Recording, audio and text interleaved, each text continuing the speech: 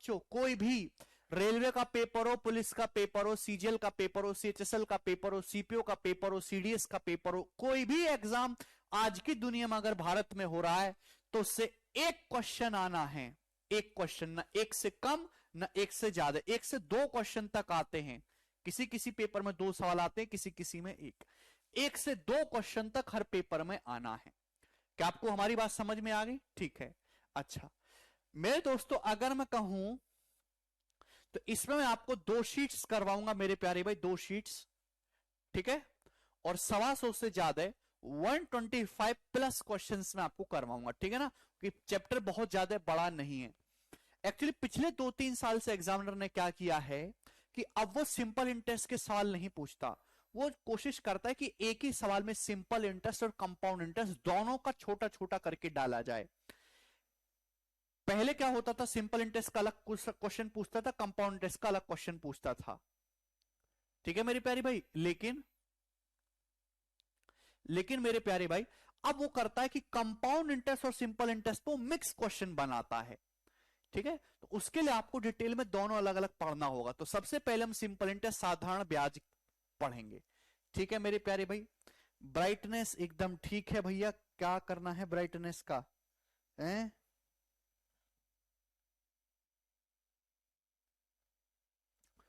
देखो यहां अभी हमको सिखाया था उन्होंने, जयदीप सर ने, कुछ कुछ करना।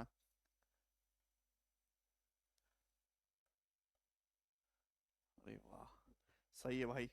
चले, काफी सारे नए फीचर हैं इसमें। देखिए ये सिंपल इंटरेस्ट ऐसा ही पढ़ने से पहले आपको कुछ चीजों के बारे में जानना होगा, ठीक है। सबसे पहले आपको ये समझना होगा कि प्रिंसिपल क्या होता है जी। Principal, what is principal? Principal Hindi में कहते हैं जी हम लोग इसे मूलधन। प्रिंसिपल हिंदी में कहते हैं मूलधन, ठीक है मेरे दोस्त, और इसे डिनोट करते हैं हम लोग पी से। प्रिंसिपल मूलधन पी। आप बोलोगे जी सर बहुत बढ़िया। उसके बाद आपको जानना है मेरे प्यारे भाई rate, rate of interest, rate of interest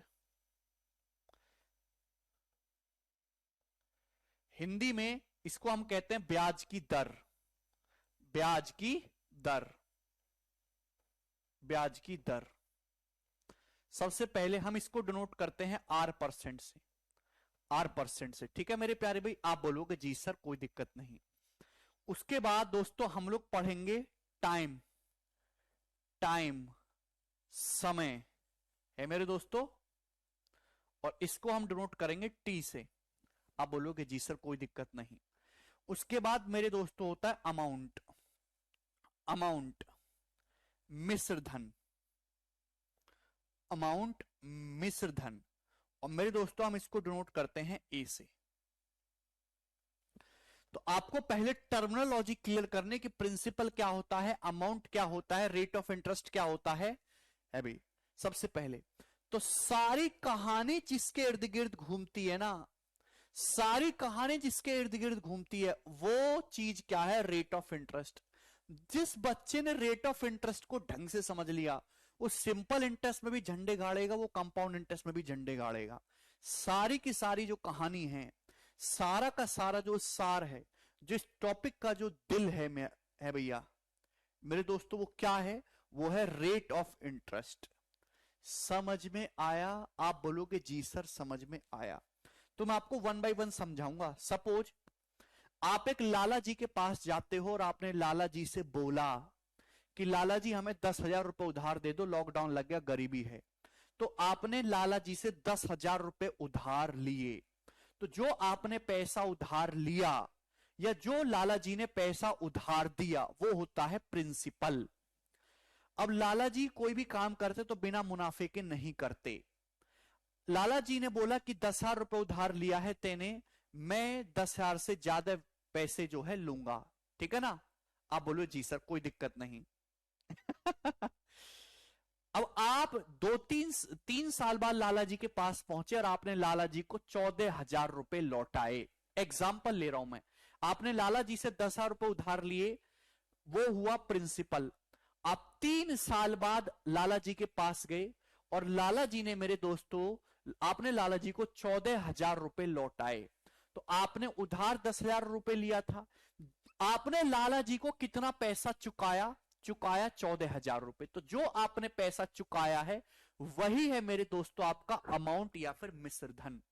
तो 10,000 की बजाय आपने 14,000 चुकाए, तो 4,000 रुपए आपने एक्स्ट्रा, 4,000 रुपए मेरे दोस्तों आपने एक्स्ट्रा चुकाए। तो जो 4,000 रुपए है यही क्या है? यही तो ब्याज है। ये जो 4,000 रुपए यही क्या है? यही ब्याज है। तो सबसे पहली कंसेप्ट आपको समझना है कि अमाउंट बराबर प्रिंसिपल प्लस सिंपल इंटरेस्ट। और ये बहुत ही अच्छा कंसेप्ट है मेरे दोस्तों, अमाउंट बराबर प्रिंसिपल प्लस सिंपल इंटरेस्ट। मिश्रधन बराबर मूलधन प्लस ब्याज, मिश्रधन बराबर मूलधन प्लस ब्याज। क्या इसमें किसी बच्चे को डाउट है? अमाउंट बराबर प्रिंसिपल प्लस सिंपल इंटरेस्ट।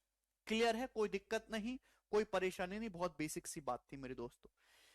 देखिए प्यारे बच्चे, रेट ऑफ इंटरेस्ट आपको समझना, रेट ऑफ इंटरेस्ट क्या होता है, रेट ऑफ इंटरेस्ट। और जिस बच्चे ने बात समझ ली मेरे दोस्तों उसकी जो है बेड़ा पार है। तो ध्यान से मेरे शब्द को सुनिएगा। एक साल में 100 रुपए पर, 1 साल में 100 रुपए पर लगने वाले ब्याज को ही, 1 साल में 100 रुपए पर लगने वाले ब्याज को ही रेट ऑफ इंटरेस्ट कहते हैं। 1 साल में 100 रुपए पर लगने वाले ब्याज को ही रेट ऑफ इंटरेस्ट कहते हैं, रेट ऑफ इंटरेस्ट कहते हैं।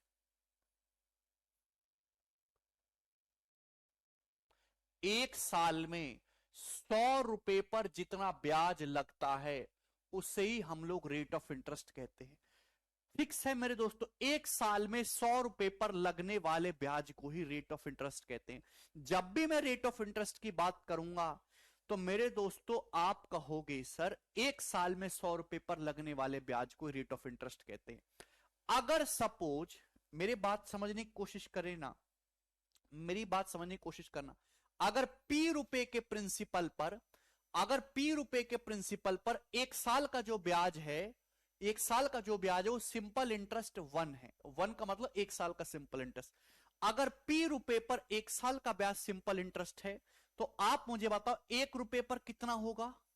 आप मुझे बताओ 1 रुपए पर कितना होगा? तो आपका जवाब होगा सर जी 1 साल का सिंपल इंटरेस्ट बटे प्रिंसिपल। ये 1 रुपए का ब्याज आ गया मेरे प्यारे भाई, 1 रुपए पर लगने वाला ब्याज ये हो गया। तो आप मुझे बताओ सर 100 रुपए पर कितना ब्याज होगा? 100 रुपए पर, तो 100 रुपए पर ब्याज होगा मेरे दोस्तों 1 साल का सिंपल इंटरेस्ट बटे प्रिंसिपल इंटू 100 मेरे दोस्तों। यही होता है बाबूजी रेट ऑफ इंटरेस्ट, यही होता है रेट ऑफ इंटरेस्ट, यही है रेट ऑफ इंटरेस्ट। समझ में आया? हमारे गांव में 2% है सर रेट। अच्छा क्लियर? क्या आपको मेरी बात समझ में आई? क्या आप लोगों को मेरी बात समझ में? इंग्लिश में ही लिख रहा हूं, और कितना इंग्लिश लिखूं? कोई कहता है इंग्लिश में लिखो, कोई कहता हूं हिंदी में लिखो। अगर आपको इतनी हिंदी नहीं समझ में आती, आपको इतनी इंग्लिश नहीं समझ में आती, तो आपका जीवन बेकार है, बिल्कुल बेकार।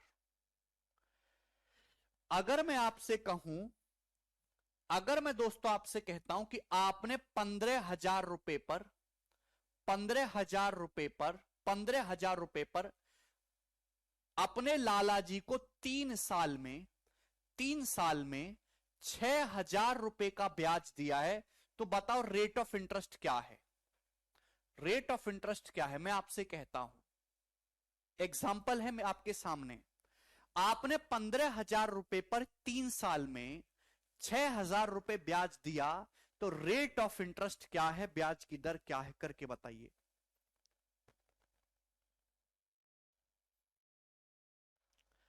₹15,000 पर 3 साल में आपने लाला जी को 6,000 रुपए का ब्याज दिया, तो रेट ऑफ इंटरेस्ट कितना है, ब्याज की दर क्या है?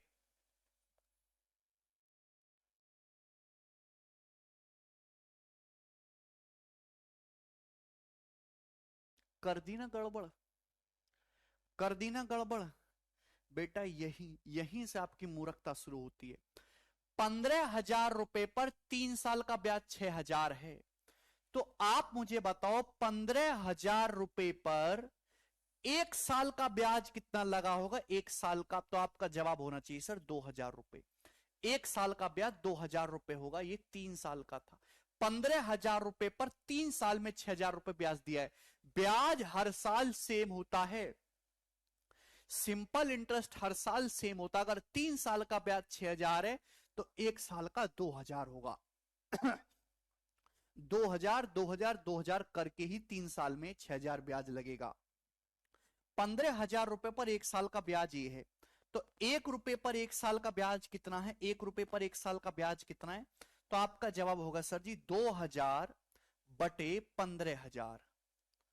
2,000 बटे 15,000, ये 1 रुपए पर एक साल का ब्याज है। 1 रुपए पर, 1 रुपए पर एक साल का ब्याज ये है। तो 100 रुपए पर कितना होगा मेरे प्यारे भाई? Multiply by 100, multiply by 100। यही है दोस्तों ब्याज की दर, यही है ब्याज की दर। 2 जीरो से 2 जीरो कटेगा, 1 जीरो से 0 कटेगा, तो 5 से जाएगा 40/3, 40/3। यानी कि हर 100 रुपए पर, हर 100 रुपए पर एक साल में जो ब्याज देना पड़ता है वो 40/3 रुपए देना पड़ता है। तो ब्याज की दर है 40/3% पर एनम, प्रति वर्ष।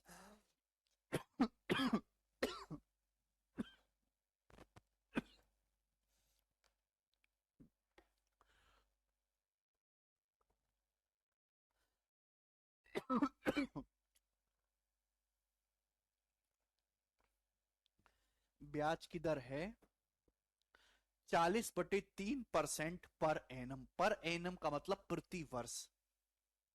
किसी बच्चे को इसमें कोई डाउट?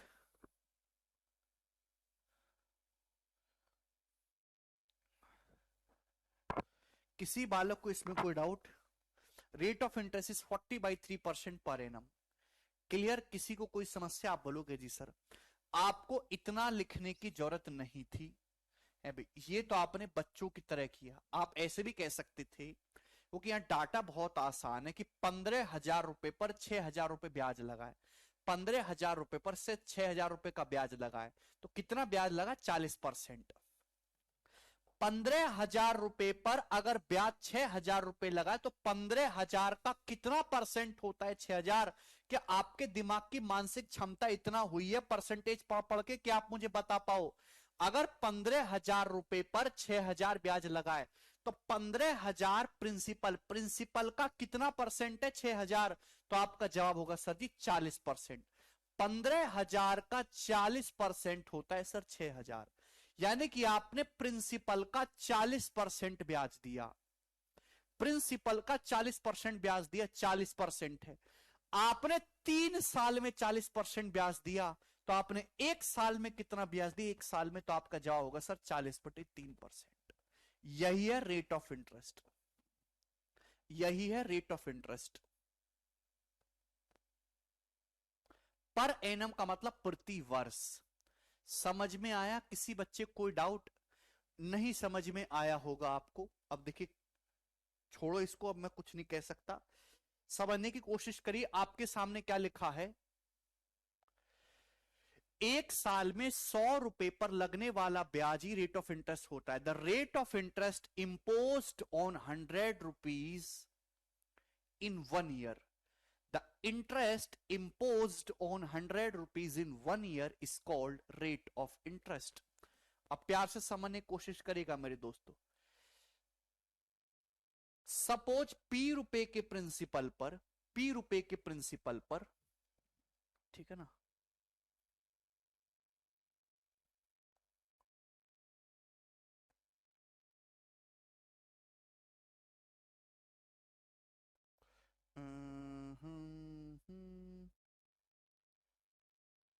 यही है। आप बोलोगे जी sir interest imposed on 100 rupees in 1 year is called rate of interest. हम इसको डिनोट किससे करते हैं? R% से डिनोट करते हैं। तो परिभाषा क्या हुई कि अगर ब्याज की दर R% है तो 100 रुपए पर, 100 रुपए पर एक साल में कितना ब्याज होगा? तो आपका जवाब होगा सर जी R रुपए। 100 रुपए पर एक साल में कितना ब्याज होगा? तो आपका जवाब होगा सर जी R रुपए। यही है। अगर ब्याज की दर R% पर एनम है तो 100 रुपए पर 1 साल में कितना ब्याज होगा? 8 रुपए। क्लियर है? 100 रुपए पर अगर इतना ब्याज है मेरे दोस्तों, तो आप बताइए 1 रुपए पर कितना ब्याज होगा? 1 रुपए पर 1 साल में कितना ब्याज होगा? तो आपका जवाब होगा सर R/100। 1 रुपए पर ब्याज होगा, आप बोलोगे जी सर। तो आप मुझे बताइए P रुपए पर कितना ब्याज होगा 1 साल में? P प्रिंसिपल पर 1 साल में कितना ब्याज होगा? तो आपका जवाब होगा सर P से गुणा कर दीजिए PR/100। P रुपए पर कितना ब्याज होगा? PR/100। सर ये 1 साल का ब्याज है, तो आप मुझे बताइए P रुपए पर T साल का कितना ब्याज होगा? T साल का। अगर 1 साल का ब्याज इतना है, तो सर T साल का ब्याज कितना होगा? सर T से गुणा कर दीजिए PR/100। PR/100। यही वो फॉर्मूला है जिसे आप तोते की तरह रटते आ रहे हैं आज तक। यही वो फॉर्मूला है जिसे आप तोते की तरह रटते आ रहे हैं आज तक। आज आपको समझ में आया ये कहां से आता है। सब कुछ इस एक लाइन में लिखा हुआ है। आपके सामने जो एक लाइन लिखी हुई है, सब कुछ इसी से शुरू और सब कुछ इसी पे खत्म होगा। 1 साल में 100 रुपए पर लगने वाले ब्याज को ही रेट ऑफ इंटरेस्ट कहते हैं। 100, अगर रेट ऑफ इंटरेस्ट R% है, अगर ब्याज की दर R% है, तो इसका मतलब यह है 100 रुपए पर 1 साल में R रुपए का ब्याज लगा। तो 1 रुपए पर कितना लगा जी? R/100। तो P रुपए पर कितना लगा 1 साल का ब्याज? PR/100। तो इस P रुपए पर T साल का ब्याज कितना हुआ? PRT/100। कहां से आया? सब कुछ इस परिभाषा से आया। तो यानी कि सिंपल इंटरेस्ट क्या होता है मेरे प्यारे भाई? Simple interest is nothing but, ये फॉर्मूले का कोई यूज नहीं है। मैं ना इस पे एक भी सवाल कराऊंगा, सारे सवाल में इस परिभाषा से ही कराऊंगा। परिभाषा बहुत इंपॉर्टेंट है। P रुपए के प्रिंसिपल पर R% ब्याज की दर से T साल का सिंपल इंटरेस्ट कितना होता है? तो आपका जवाब होगा सर PRT/100। सिंपल इंटरेस्ट कितना होता है सर? PRT/100। क्या इसमें कोई समस्या? आप बोलोगे जी सर इसमें कोई भी समस्या नहीं है। मुझे नहीं लगता इसमें किसी बच्चे को कोई डाउट आया होगा। ठीक है ना? P रुपए के प्रिंसिपल पर R% ब्याज की दर से T साल का सिंपल इंटरेस्ट क्या होगा? PRT/100। तो आप बताइए अमाउंट कितना होगा T साल के बाद? अमाउंट, तो अमाउंट होता है sir principal plus simple interest. ठीक है जी? आप बोलोगे जी सर प्रिंसिपल तो P है ही, सिंपल इंटरेस्ट कितना हो गया सर? PRT/100। सिंपल इंटरेस्ट हो गया सर PRT/100। यही हो गया। यहां से आप अमाउंट कॉमन लेंगे, अमाउंट P कॉमन लेंगे, तो ब्रैकेट में क्या आएगा जी? 1 + RT/100। 1 + RT/100। आप बोलोगे मेरे दोस्तों, तो ये हो गया अमाउंट का फॉर्मूला जिसे आप तोते की तरह रटते आ रहे थे। आज आपको समझ में आए कि कहां से आता है। क्लियर? किसी बच्चे को इसमें कोई डाउट? अगर अब भी कोई डाउट है मेरे दोस्तों, तो उस डाउट का कुछ नहीं किया जा सकता, आप अपना सर फोड़ लीजिए। यहां तक किसी को कोई समस्या नहीं है। मैं आगे आपको समझाने की कोशिश करूंगा मेरे प्यारे भाई। ठीक है? चलिए मेरे दोस्तों, तो मैं आपके सामने बहुत छोटे छोटे 3-4 एग्जाम्पल लिखूंगा। है भाई, इधर लिखा है मेरे प्यारे भाई मैंने प्रिंसिपल, इधर लिखा मैंने प्रिंसिपल, यहां लिखा मैंने रेट ऑफ इंटरेस्ट, रेट, यहां लिखा मैंने रेट ऑफ इंटरेस्ट। मेरे दोस्तों यहां पे लिखा मैंने आपके लिए टाइम, यहां पे लिखा मैंने टाइम।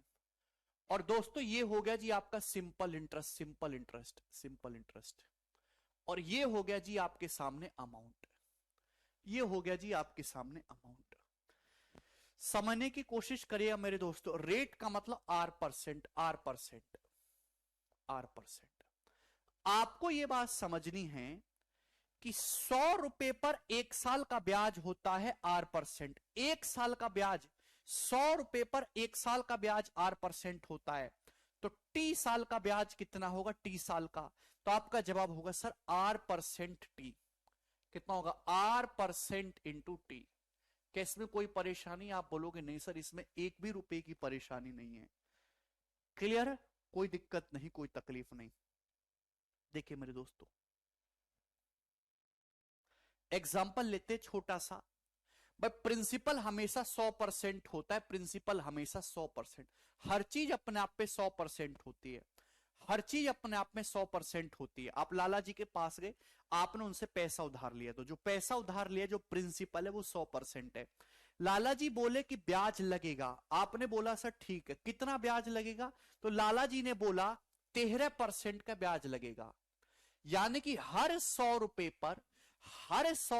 पर एक साल में 13 रुपए ब्याज देना होगा। हर 100 रुपए पर एक साल में 13 रुपए ब्याज देना होगा। 200 रुपए पर 26 देना होगा। 300 रुपए पर 39 देना होगा। तो ये 13 क्या बता रहा है? हर 100 रुपए पर एक साल का ब्याज 13% ये बता रहा है।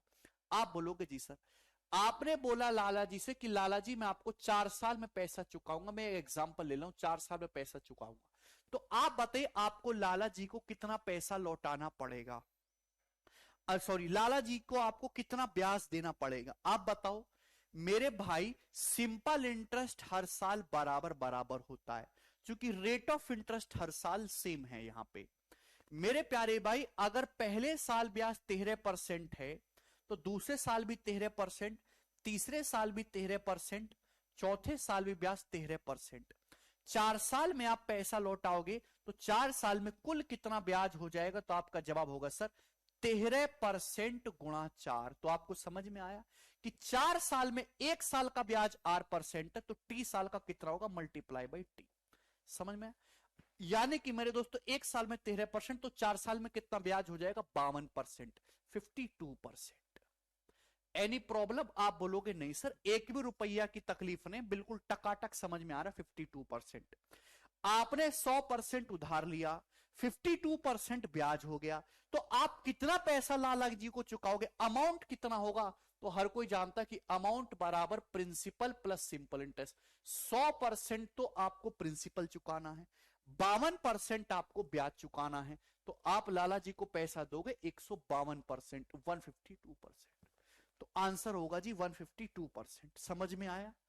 अमाउंट कितना होगा? 152%। किसी बच्चे को कोई तकलीफ? किसी बालक को कोई तकलीफ?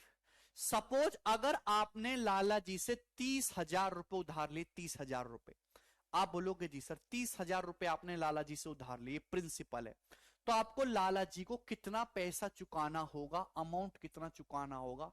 तो आप सीधा सीधा देख सकते हैं सर, 100% की वैल्यू सवाल में 30,000 दे रखी है, तो 1% की वैल्यू दोस्तों 300 रुपए हो गई। 1% की वैल्यू 300, 300 गुना है। यानी कि मेरे दोस्तों एक साल में 3900 रुपए ब्याज देना होगा। 4 साल में कितना ब्याज देना होगा? 3900 का 4 गुना।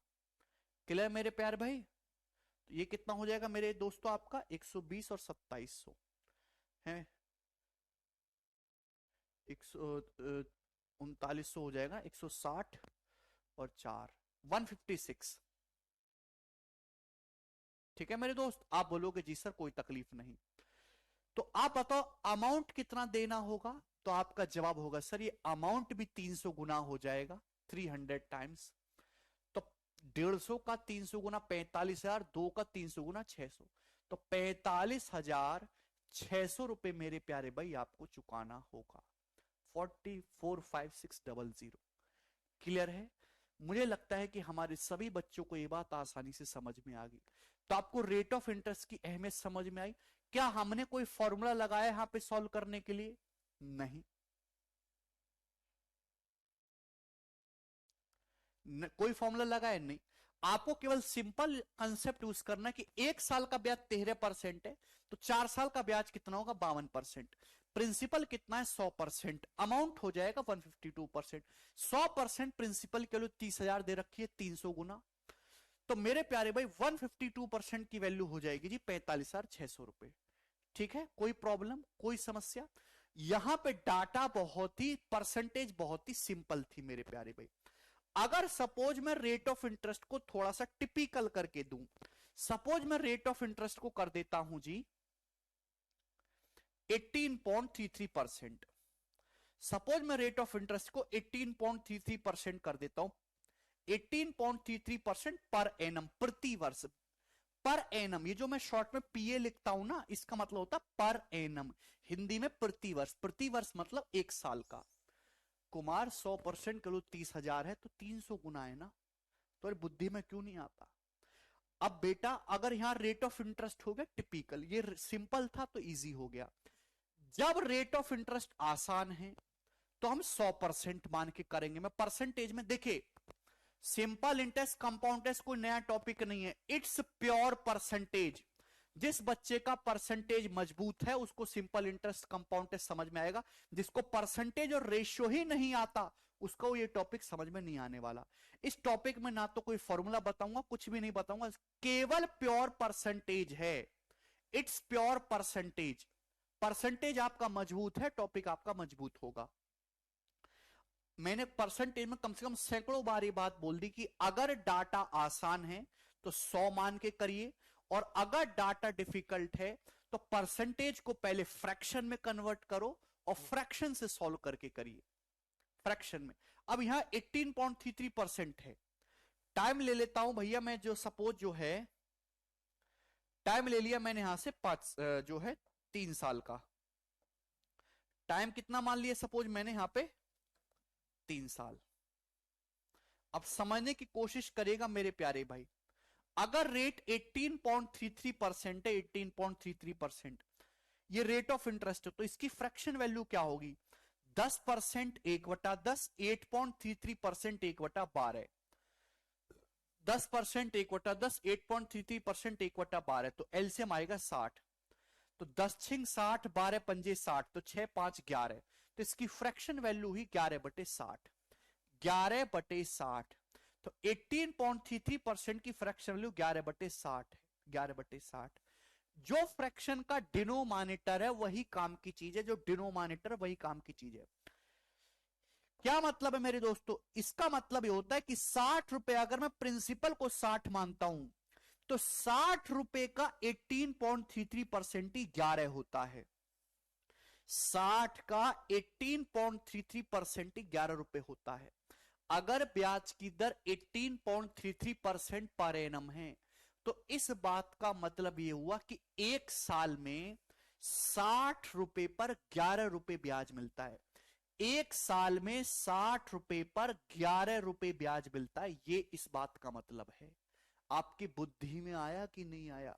60 का 18.33% 11 होता है। क्लियर है? जैसे मैं आपके सामने लिखता हूं ना 16.66% की वैल्यू 1/6, इस बात का क्या मतलब है कि 6 का 16.66% 1 होता है। ठीक है ना? जिसको ये बात ना पता हो ये चैप्टर बंद करो, परसेंटेज पढ़ो बेटा, तुम्हारे बस की नहीं चैप्टर पढ़ना। रेट ऑफ परसेंटेज टिपिकल है तो पहले हमने फ्रैक्शन में कन्वर्ट किया। 18.33% की फ्रैक्शन वैल्यू 11/60 है। इसका मैथमेटिक्स में मीनिंग ये कि 60 का 18.33% ही 11 होता है। यानी कि 60 रुपए के प्रिंसिपल का 18.33% 11 है, तो हर 60 रुपए पर एक साल का ब्याज 18.33% पर एनम की ब्याज से 11 होगा। समझ में आया? कोई प्रॉब्लम, कोई दिक्कत? यानी कि इस केस में आप प्रिंसिपल मानिए 60 यूनिट। प्रिंसिपल मैंने कितना मान लिया मेरे दोस्त? 60 यूनिट। क्लियर है? कोई प्रॉब्लम, कोई समस्या नहीं। अगर प्रिंसिपल 60 यूनिट माना है तो 60 यूनिट का 18.33% आएगा 11, तो एक साल का ब्याज कितना होगा? हाँ जी, एक साल का ब्याज होगा जी 11 यूनिट, एक साल का ब्याज 11। तो 3 साल, टाइम कितना है? 3 साल, तो 3 साल का ब्याज कितना होगा मेरे दोस्तों? 33 यूनिट। 3 साल का ब्याज कितना होगा? 33 यूनिट। तो आप उस सवाल को फिर ऐसे परसेंटेज में ना करके आप यूनिट्स में सॉल्व करोगे। प्रिंसिपल अगर 60 यूनिट है तो 60 का 18.33% एक साल का ब्याज जो है 11 यूनिट। क्लियर है? एक साल का ब्याज 11 यूनिट है, टाइम 3 साल है, तो 3 साल का ब्याज कितना होगा? 33 यूनिट। अगर आपने 60 यूनिट उधार लिया है तो 33 यूनिट ब्याज होगा, तो अमाउंट कितना हो जाएगा? 60 प्लस 33, 99 यूनिट। 99 यूनिट। सभी को मेरी बात समझ में आ गई? किसी बच्चे को कोई डाउट? बताओ। अगर डाटा टिपिकल है मेरे दोस्तों तो आपको इस तरीके से करना है, आपको इस तरीके से करना है। डाटा इजी है तो आपको इस तरीके से करना है।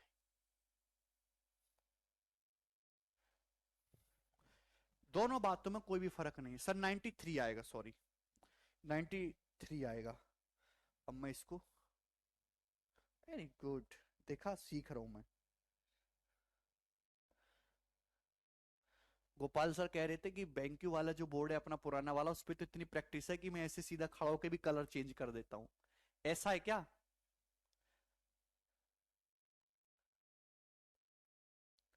किसी बच्चे को कोई डाउट? मैंने आपको जितना भी कंसेप्ट पढ़ाया, क्या इसमें किसी बालक को कोई डाउट है? 60 प्लस 33 93 आएगा, गलत जोड़ दिया था मैंने। सभी को समझ में आया? सिंपल इंटरेस्ट हर साल सेम होता है। सिंपल इंटरेस्ट हर साल सेम होता है। If rate of interest is same, simple interest will be same in each year. Any दिक्कत, कोई समस्या, कोई तकलीफ? बिल्कुल भी नहीं। चलिए मेरे दोस्तों, मेरे प्यारे भाई, अब कभी कभी सवालों में इस तरीके से भी दे देता है, मैं वो भी केस ले लेता हूं कि आपने पैसा उधार लिया प्रिंसिपल 100%, आपने प्रिंसिपल उधार लिया जी 100%। आप बोलोगे जी सर कोई दिक्कत नहीं, 100% प्रिंसिपल उधार लिया। अब लाला जी बोले कि यार महंगाई बढ़ती जा रही है, अलग अलग ब्याज लूंगा। पहले साल ब्याज 11% लूंगा, अगले साल ब्याज 15% लूंगा, 15%, और फिर ब्याज लूंगा तीसरे साल 18%। कहानी 3 साल की है। तो आप बताओ आपको कितना ब्याज लाला जी को चुकाना होगा? आपको लाला जी को कितना ब्याज चुकाना होगा? हाफ ईयरली हाफ ईयरली का इसमें कोई चक्कर नहीं, रोहित, कंपाउंड इंटरेस्ट में होता है। आपने प्रिंसिपल उधार लिया, लाला जी बोले कि पहले साल 11% ब्याज लगेगा, दूसरे साल 15% ब्याज लगेगा, तीसरे साल 18% ब्याज लगेगा। तो आपको लाला जी को कितने परसेंट ब्याज चुकाना होगा? It's not successive, simple interest is not successive. पहले देखिए क्या मतलब है इस बात का, अगर आपने 100 रुपए उधार लिए ना, अगर लालची से आपने 100 का नोट उधार लिया है, तो पहले साल 100 रुपए पर 11 ब्याज लगेगा, दूसरे साल 15 ब्याज लगेगा, तीसरे साल 18 ब्याज लगेगा। तो 3 सालों का जो ब्याज है वो कितना आ जाएगा? 44%। 3 साल में टोटल 44 रुपए का ब्याज लगेगा। कैसी बातें करते हो यार तुम? This plus this plus this, तीनों को जोड़ दीजिए, एलसीएम लेके सेम करो, तुम्हारी ऐसी तैसी है। तुमको समझ में नहीं आता कि रेट का क्या मतलब है? जब मैं तुमसे 11% बोल रहा हूं सड़ी बुद्धि के मालिक को, तो इस बात का क्या मतलब है? इस बात का मतलब है कि पहले साल 100 रुपए पर 11 रुपए ब्याज लगेगा, दूसरे साल 100 रुपए पर 15 ब्याज लगेगा, तीसरे साल 18 ब्याज लगेगा। तो 3 सालों में 100 रुपए पर टोटल 44% ब्याज लगेगा। सीधा जोड़ दो, तभी तो नाम सिंपल इंटरेस्ट है। यानी कि 100% आपने उधार लिया तो 44% ब्याज होगा, तो अमाउंट कितना हो जाएगा? 144%। खत्म।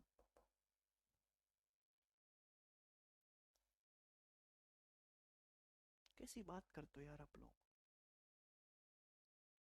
हम्म? समझ में आया?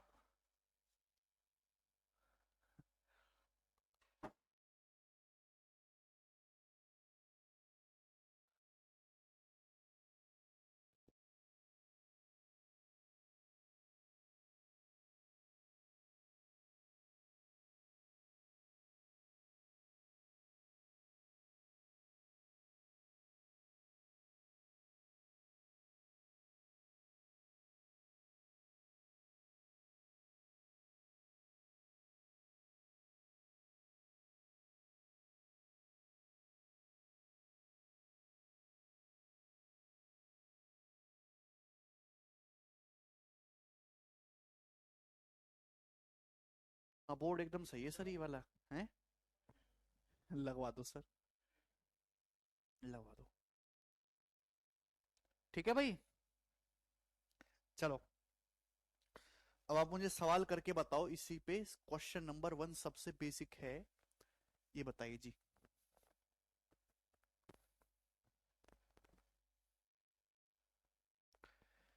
यदि 9 साल का सिंपल इंटरेस्ट प्रिंसिपल के 45% के इक्वल है, तो रेट ऑफ इंटरेस्ट क्या है? If the simple interest for 9 years be equal to the 45% of the principal, then the rate of interest per annum is equal to. एक बात और, साउंड नहीं आ रही? क्या साउंड तो आ रही है। कि अगर किसी सवाल में ये ना बोला जाए कि ये सिंपल इंटरेस्ट का क्वेश्चन है कि कंपाउंड इंटरेस्ट का क्वेश्चन है, तो आप उसे सिंपल इंटरेस्ट का क्वेश्चन मान के ही सॉल्व करोगे, अपनी मर्जी से कंपाउंड इंटरेस्ट नहीं करना है। ठीक है भाई। नॉर्मली बैंक जो है, जितने भी बैंक होते चाहे सरकारी हो चाहे प्राइवेट बैंक हो, सभी में कंपाउंड इंटरेस्ट पे कैलकुलेशन होती है। और छोटे मोटे साहूकार भी अब कंपाउंड इंटरेस्ट पे कैलकुलेशन करते हैं। सिंपल इंटरेस्ट केवल किताबों में रह गया है, कैलकुलेशन सब ब्याज पे ब्याज लगा के ही करते हैं। अगर 9 साल का सिंपल इंटरेस्ट प्रिंसिपल के 45% के बराबर है, तो आप बताइए, तो सवाल क्या बोल रहा है कि 9 साल का ब्याज 45% है, तो 1 साल का ब्याज कितना हो गया? 5%। ही आंसर है भैया। आगे आपका ए ऑप्शन। ये भी सवाल आया हुआ है, सबसे बेसिक सवाल है, CHSL 2020 का ही क्वेश्चन है, लेटेस्ट। ठीक है, तो सबसे आसान सवाल से शुरुआत करेंगे और सबसे आखिर के लेवल तक जाएंगे। प्रिंसिपल अगर 100% है, तो 9 साल में कितना ब्याज? 45% बाबूजी। तो 1 साल का कितना ब्याज होगा जी? 5%। ठीक है ना? आप बोलो यस सर, कोई तकलीफ नहीं। एक और बताओ जरा।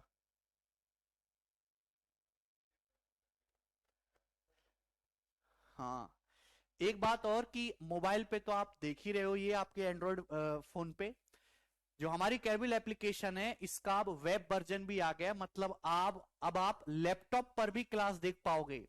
बहुत सारे बच्चों की प्रॉब्लम होती थी ना, खासकर लड़कियों की प्रॉब्लम होती थी कि सर आंखें दुखती हैं, स्क्रीन टाइम ज्यादा हो रहा है मोबाइल से, और घर वाले भी गुस्सा हो जाते हैं कि हर वक्त हर टाइम मोबाइल में लगा हुआ है। तो अब आप लैपटॉप पर भी क्लास देख पाओगे वेब वर्जन पे, वेब पे लॉग इन करके वेबसाइट पे। हाँ, आप राइट नाउ भी ये क्लास देख सकते हैं पीसी पर। सर क्या वेबसाइट क्या है उसका? कैरेविल.com। कैरेविल.com पर ये आप सेम यूजर आईडी पासवर्ड से लॉगिन करके ना, आप ये क्लास भी, जो अभी करंट क्लास चल रही है, इसको भी लाइव देख सकते हो। अरे फीस यही रहेगी बेटा, बैच भी यही रहेगा। फीस भी फीस भी यही रहेगी, बैच भी यही रहेगा। मतलब सेम क्लास आप अपने मोबाइल एप्लीकेशन पे तो देख ही रहे हो, आपके पास आप लैपटॉप है, आप अपना लैपटॉप ओपन करिए, कैरविल.com वेबसाइट पे जाइए, और वहां पे मेरे दोस्त आप अपना यूजर आईडी पासवर्ड डालिए, और ये क्लास भी आप वहां से तुरंत आनंद ले पाएंगे। अब आईफोन का वर्जन भी आ चुका है, आप अपने आईफोन पर भी देख सकते हैं। ये तीनों पर ही, आप एंड्रॉयड पे भी देख सकते हैं, आप आईफोन एप्लीकेशन पे भी देख सकते हैं, और आप वेब वर्जन लैपटॉप वगैरह में भी देख सकते हैं। हाँ, टीवी में भी कर सकते हैं भैया, स्मार्ट टीवी में भी लॉगिन हो सकता है, कोई प्रॉब्लम नहीं। अरे अभी मत करो, पहले क्लास देख लो आराम से, थोड़ी देर में कर लेना। ठीक है। देखो कुछ बच्चे वेब पे देख भी रहे हैं, देखो आदर्श है वो वेब से ही देख रहा है। नहीं, फोन से डिलीट करने की जरूरत नहीं है, आप फोन में भी लॉग इन रहने दो वहां भी, लेकिन एट ए टाइम एक ही जगह चलेगी, एक सिंगल टाइम में एक ही जगह चलेगी। ऐसा नहीं कि आप लैपटॉप में भी देख रहे हैं मोबाइल में भी देख रहे हैं, एक सिंगल टाइम में एक ही जगह लॉग इन रहेगा और आप एक ही जगह देख पाओगे। दीपक कह रहे गरीब का आईफोन रियलमी है सर। कोई बात नहीं, रियलमी में फोटो अच्छी आती है।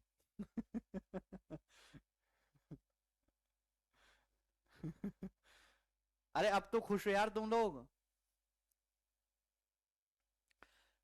2 GB नेट मोबाइल में कम पड़ता है सर, वेब पे कहाँ देख पाएंगे? नहीं, मोबाइल पे वहां पे क्वालिटी कम कर लीजिए ना, 144p 360p में उतना ही नेट खर्च होगा इतना मोबाइल पे और लैपटॉप पे। तुमको इंटरनेट का कंसेप्ट ही नहीं पता है।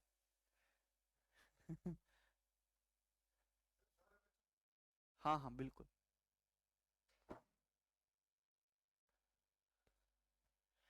ठीक है मेरे दोस्त, चलिए अगला क्वेश्चन करके बताइए बाबूजी। सवाल है आपके सामने। यार ये ना नंबरिंग इधर उधर हो जा रही है।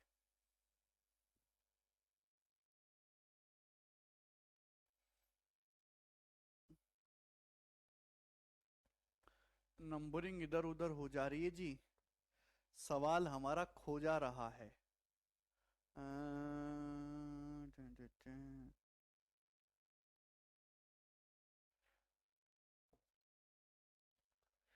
एक सेकंड भाई। क्वेश्चन नंबर 1 था, और ये 5 8 10 11 15 16, ये क्वेश्चन दो तो हमें दिख ही नहीं रहा है।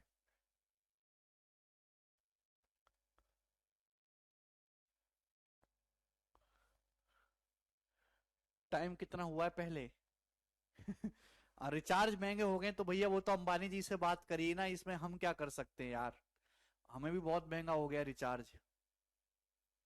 और ये तो होना ही था, डिजिटल इंडिया बनेगा तो रिचार्ज महंगा ही होगा। क्वेश्चन तो मिल ही नहीं रहा है, कहाँ चला गया यार क्वेश्चन?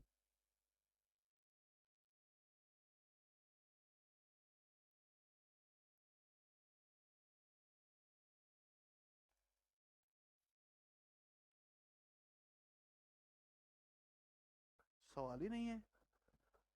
एक सेकंड होल्ड करो।